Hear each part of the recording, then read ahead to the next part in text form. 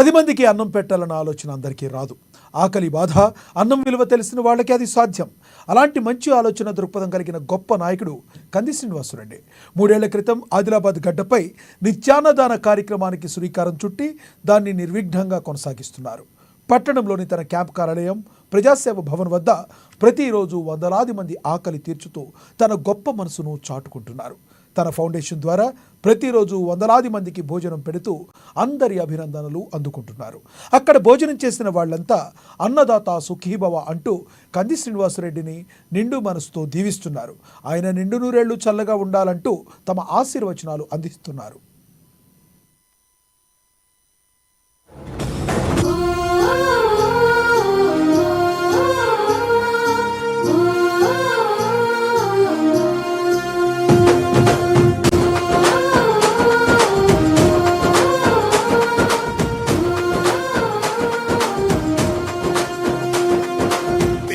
గడపన పొద్దునువై వెలుగులు పంచుతవో, ఆకలి కడుపుకు మెతుకునువై ఆకలి తీర్చుతవో, పోరాటాల జెండనువై సమరం నడుపుతవో, సాయం అంటే ఆ క్షణమే అన్నై కదులుతవో, బిగిసిన పిడికిలి నువ్వై ముందుకు దూకావు, ఆదిలాబాద్ క్షేమంకై అడుగులు వేశావు, కాంగ్రెస్ జెండా పట్టి కథన రంగం తొక్కినవు,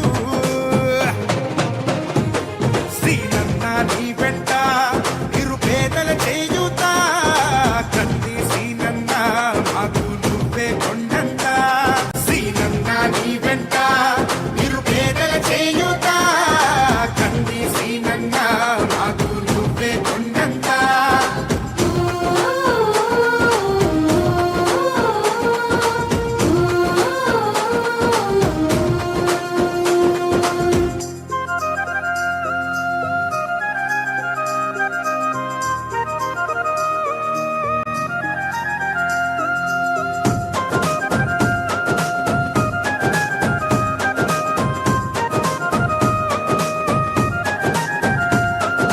పోరాటానికి పొలికేకై పిడికిలి ఎత్తినవు, పేదల బ్రతుకుల మార్చుటకై పయనం గట్టినవు, పోరాటానికి పొలికేకై